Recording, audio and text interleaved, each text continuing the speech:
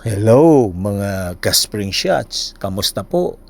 Napansin nyo ba, habang nagkakaedad tayo, parang mas kailangan natin bantayan ang bawat galaw.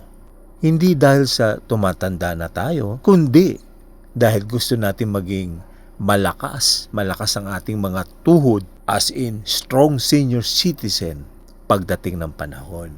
Bukod sa ballroom dancing na paborito natin pampasigla ng katawan at isipan, may isa pa akong sikreto na talaga namang subok na. Ang treadmill. Ang tanong mga ka-spring shots, bakit ko ba gustong-gusto itong treadmill na to? Una sa lahat, safety, sobrang ingat. Alam nyo naman sa labas, minsan hindi pantay ang kalsada o kaya naman ay baka abutan tayo ng ulan o maraming bato-bato na magkamali ka ng tapak. Nako, siguradong dislocate ang paa mo o matapilok ka. Ang bagsak niyan, maraming aakay sa'yo.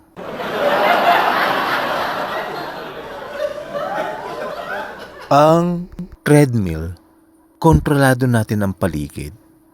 Pantay ang nilalakaran mo, kaya iwas sa tapilok o pilay na yan ang iniiwasan nating mga malapit ng mag-senior.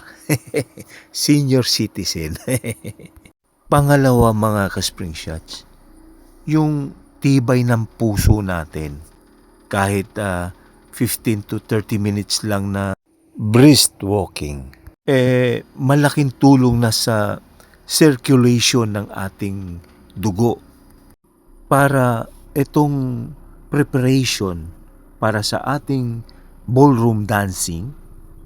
Kapag malakas ang stamina mo sa treadmill, siguradong hindi ka agad hihingalin sa dance floor. O di ba mga ka-spring shots? Hindi tayo mapapaya sa mga ladies, mga bebot. So, ito na ngayon ang mga tips ko para sa inyo mga ka-spring shots. Una sa lahat, huwag biglain. Simulan sa mabagal na lakad, warm up lang. So pangalawa, gamitin ang handlebars.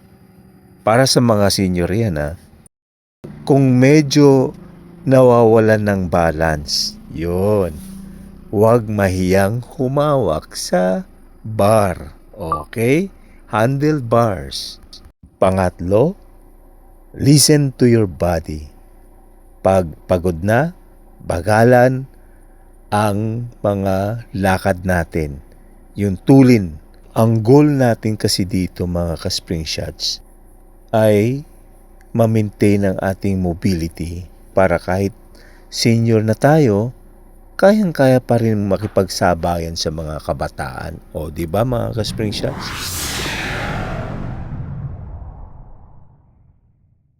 At syempre, mga ka-spring shots, hindi pwedeng matapos ang session na ito nang walang finale. Pagkatapos nating pagpawisan ng treadmill, eto ang huling hirit ko, ang pull-ups.